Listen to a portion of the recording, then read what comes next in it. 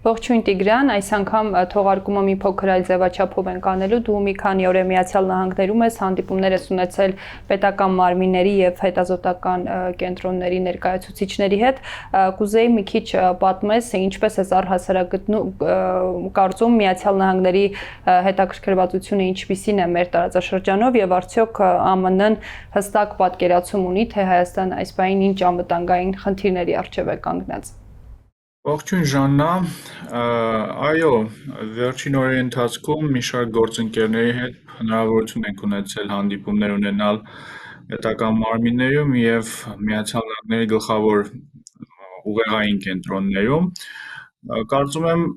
ինչ որ պատկերացումներ կարողացել ենք ստանալ, թե ինչպիսին է իրավիճակը Միացյալ Նահանգներում եւ հատկապես ինչպիսի մոտեցումներ կան Հարավային Կովկասի եւ Հայաստանի նկատմամբ։ Կարծում եմ այս հարցը պետք է բաժանել երկու ուղղության, առաջինը հայ-ամերիկյան հարաբերություններն են եւ այն բոլոր փաստաթղթերը, որոնք ստորագրվել են մինչեւ նախագահ Տրամփի ընտրությունը, եւ երկրորդ հարցը իհարկե Միացյալ Նահանգների ներգրավվածությունն է հայ-ադրբեջանական համատեքստում, միջնորդական ներգրավվածություն, ընդհանուր առմամբ դիվանագիտական ներգրավվածությունը։ Պետք է ասեմ, որ մի քանի օր տևած այս հանդիպումներից հետո ավելի լավատեսական մոտեցումներ ես նկատեցի, քան կարելի էր տեսնել օրինակ Երևանում նստած։ Այսինքն մասնավորապես մեզ տեղեկացրին, որ ինչ որ գործընթաց այնուամենայնիվ գոյություն ունի հայ-ամերիկյան ուղղությամբ, այսինքն այն փաստաթուղթը, որը ստորագրվել էր դեռևս հունվարին, ռազմավարական գործընկերության խարտիան գործում է եւ օրակարգային է նաեւ նոր վարչակազմի համար։ Այդ խարտիայով նախատեսած մի շարք գործողություններ կամ այդ գործողությունների շուրջ բանակցություններ արդեն իսկ ընթանում են։ Եթե հիշում ես, Թրամփի ընտրությունից հետո կային լուրջ կասկածներ, արդյոք այս օրակարգը արդիական է լինելու եւ մի շարք պլանավորված այցեր օրինակ հետաձգվել էին մեզ տեղեկացրին, որ այդ այցերը այնուամենայնիվ տեղի են ունենալու, այլ ռազմավարական ուղղություններով եւս բանակցությունները շարունակվում են։ Մի նկատառում, որը տեսանելի էր, որը հնչեցվել էր ինչպես պետական մարմիններում, այնպես էլ վերլուծական կենտրոններում աշխատող մեր գործընկերների հետ, այն էր, որ ի հեճուկս այն հանգամանքի, որ Թրամփի վարչակազմը կարողացել է շատ արագ նշանակել բարձրաստիճան պաշտոնյաների, մասնավորապես կառավարության անդամների, ավելի ներքևի մակարդակում դեռևս լուրջ բաց գոյություն ունի, այսինքն այն մարդիկ, որոնք ամենօրյա ռեժիմով զբաղվում են քաղաքականությամբ, նշանակված չեն, այսինքն այս հարցում բաց գոյություն ունի, ինչ վերաբերում է արտաքին քաղաքական որոշումների կայացմանը, այստեղ կրկին բյուրոկրատական աջակցության բաց է կարծես թե զգացվում, որովհետև օրինակ նույն ազգային անվտանգության խորհուրդը National Security Council-ում եւս վերջին շրջանում կրճատումներ են եղել եւ արտաքին քաղաքականությունը վերջին ամիսների ընթացքում, ինչպես մենք բազմիցս քննարկվել ենք, շատ ավելի տրանզակցիոն բնույթ ունի եւ շեղված է այդ ավանդական ինստիտուցիոնալ ռելսերից, ավելի մեզով ասած, հիմա օրինակ շատ հարցերում ավելի մեծ դերակատարություն ունեն նախագահ Տրամփի հատուկ ներկայացուցիչները, քան օրինակ նույն պետքարտուղարությունը եւ այլ ինստիտուտներ։ Խոսելով հայ-ադրբեջանական հարաբերությունների եւ Միացյալ Նահանգների ներգրավվածության այս հարցում, հանդիպումների ժամանակ ինչպիսի դիրքորոշում են արտահայտել, մասնավորապես Ադրբեջանի վարած քաղաքականության հետ կապված եւ ինչպես են առհասարակ Միացյալ Նահանգներում պատկերացնում իրենց ներգրավվածությունը։ Վաշինգտոնում ընդհանուր առմամբ գոյություն ունի կոնսենսուս այս հարցի վերաբերյալ եւ սա կարելի է անվանել երկկուսակցական կոնսենսուս, որ Ադրբեջանը պարզապես պետք է ստորագրի խաղաղության պայմանագիրը, որ Ադրբեջանը ապակառուցողական գործոն է տարածաշրջանում։ Այս կոնսենսուսը կարծում եմ սկսել է ձևավորվել 2022 թվականի սեպտեմբերից հետո, երբ Ադրբեջանը հարձակում էր գործել հենց Հայաստանի սուվերեն տարածքի նկատմամբ։ Այդ առումով այս այցի ընթացքում ես որևէ փոփոխություն չնկատեցի, այսինքն բոլոր հանդիպումներում բոլոր ամեն ինչ հասկանում են, այսինքն նույնիսկ բացառիկ չկա, որ Հայաստանը հակված է գնալ խաղաղ ճանապարհով, Հայաստանը ուզում է տարածաշրջանի բացում եւ Ադրբեջանը ինչ որ արհեստական խոչընդոտներ է ստեղծում։ Ինչ վերաբերում է նոր վարչակազմի ներգրավմանը, այստեղ եւս որոշակի դրական ազդակներ մենք ստացել ենք, այսինքն կային պնդումներ այն մասին, որ բավականին լուրջ մակարդակով ներգրավվածություն կա։ Մեծ հաշվով մենք դա քննարկել էինք մեր նախորդ թողարկումների ընթացքում բաց աղբյուրների հիման վրա,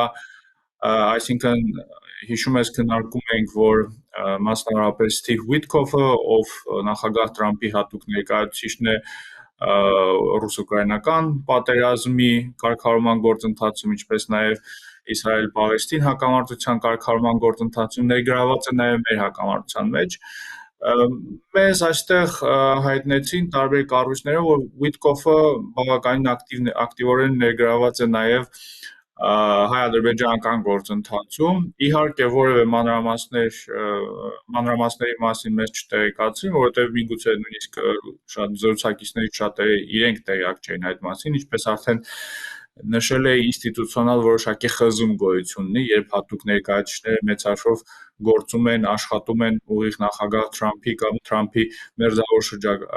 շրջապատի հետ եւ այդ առումով ինստիտուտների դերը նվազել է, բայց կարծում եմ այն հանգամանքը, որ ակտիվ ինչ որ գործընթաց կա, սա կարելի է նորություն, հաստատված ինչ որ նորություն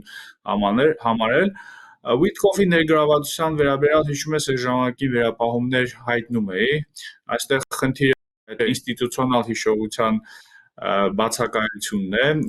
եւ գերզբաղվածությունը նույն Ուիթկոֆի, բայց ընդհանուր առմամբ այն հանգամանքը, որ վարչակազմը շարունակում է ուշադրության կենտրոնում պահել հակամարտությունը եւ փորձում է ինչ որ քայլեր ձեռնարկել, արդեն իսկ կարելի է դրական համարել։ Մենք ինչպես հասկացանք, խոսքը, երբ խոսում ենք հետաքրքրվածության մասին, խոսքը ոչ միայն Ուիթկոֆի կամ ավելի ցածր պաշտոն ունեցող գործիչների մասին է, մեզ տեղեկացրին, որ օրինակ ամենաբարձր նախագահում, եթե ոչ նախագահ Թրամփի մակարդակով, բայց ավելի ցածր մակարդակով հետևում են այս գործընթացին։ Այս հանդիպումներում ես մասնավորապես փորձում եմ ուշադրությունը շեղել պրակտիկ հարցերի վրա, որովհետև վերջին շրջանում մենք տեսնում ենք, որ նոր վարչակազմը բավականին արդյունավետ է գերիների փոխանակման հարցում։ Մեր այցի ընթացքում կամ նախորդին օրինակ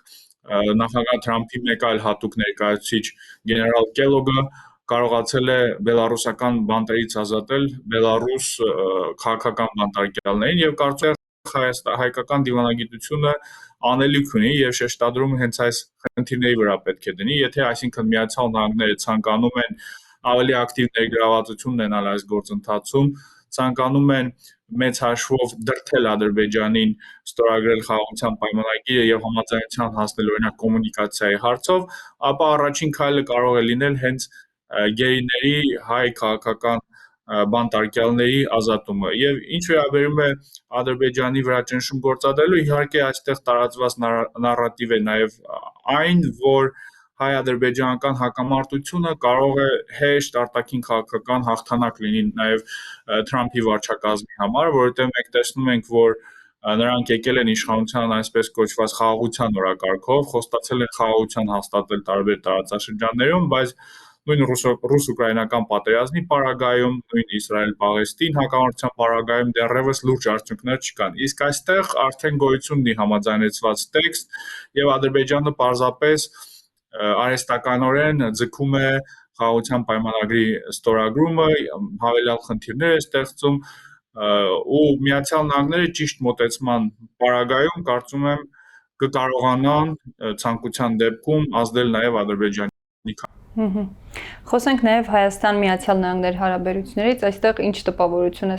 ստացել, արդյոք այդ գործակցությունը բավականաչափ ակտիվ է, ամուր է եւ Միացյալ Նահանգներից հավելյալ աջակցություն հնարավոր է ակնկալել, թե չէ Հայաստանին։ Տես ինչպես արդեն նշեցի,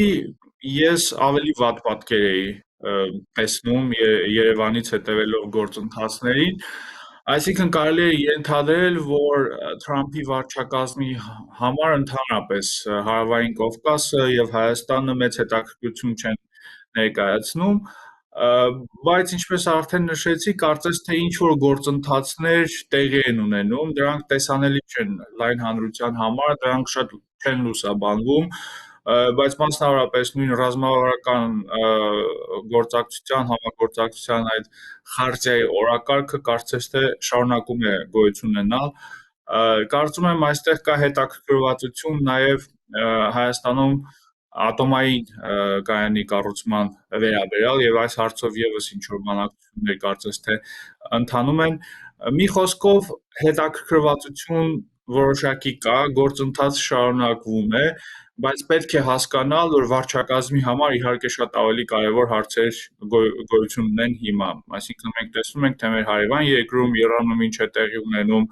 նույն այլ խոշոր հակամարտությունները, այստեղ հենց քաղաքական կամքի, քաղաքական ուշադրության խնդիրն է։ Եվ զրույցը ամփոփելով, ինչպես դու նշեցիր, նաև տարածաշրջանում տեղի ունեցող իրավիճակին է Միացյալ Նահանգները ավելի ուշադիր հետևում, ինչ որ չափով նաև մասնակցում, սա որևէ գործոն է արդյոք հետագա նաև քաղաքականության համար Հայաստանի Միացյալ Նահանգների հետ շփումների համար։ Վստահաբար Հայաստանում տեղի ունեցող գործընթացների վրա եւ ընդհանրապես Հարավային Կովկասում տեղի ունեցող գործընթացների վրա իհարկե Իրանի շուրջ ստեղծված իրավիճակը լուրջ ազդեցություն ունի եւ կարծում եմ դրական գործոն կամ դրական զարգացում պետք է համարել այն, որ դեէսկալացիայի ճանապարհով գնաց այս հակամարտությունը, քանի որ մենք հիմնականում հանդիպում ենք ուղեղային կենտրոնների ներկայացուցիչների հետ, այստեղ իհարկե մոտեցումները կարող են տարբերվել կապված հենց գաղափարական ուղղվածության հետ, այսինքն պարզ է, որ եթե օրինակ փորձագետների հետ ենք խոսում, որոնք նախագահ Թրամփի կողմնակիցներն են, կամ ոչ թե նախագահ Թրամփի, այլ ավելի հանրապետական կուսակցության կողմնակիցներն են, ավանդական կուսակիցները, նրանք ամենայն հավանականությամբ Իրանի նկատմամբ ավելի կոշտ գործիքակազմի կիրառման կողմնակիցներ են եւ միգուցե բավարարված չեն այն հանգամանքով, որ այսքանով ամեն ինչ կարծես թե ավարտեց, բայց ընդհանուր առմամբ կարծում եմ շատերը ցանկանում են, որպեսզի հենց դիվանագիտական լուծումներ լինեն, որովհետեւ շատերը եւս հոգնել են այդ այսպես կոչված հարատև պատերազմներից։ Շնորհակալ եմ Տիգրան։ Ես եմ շնորհակալ։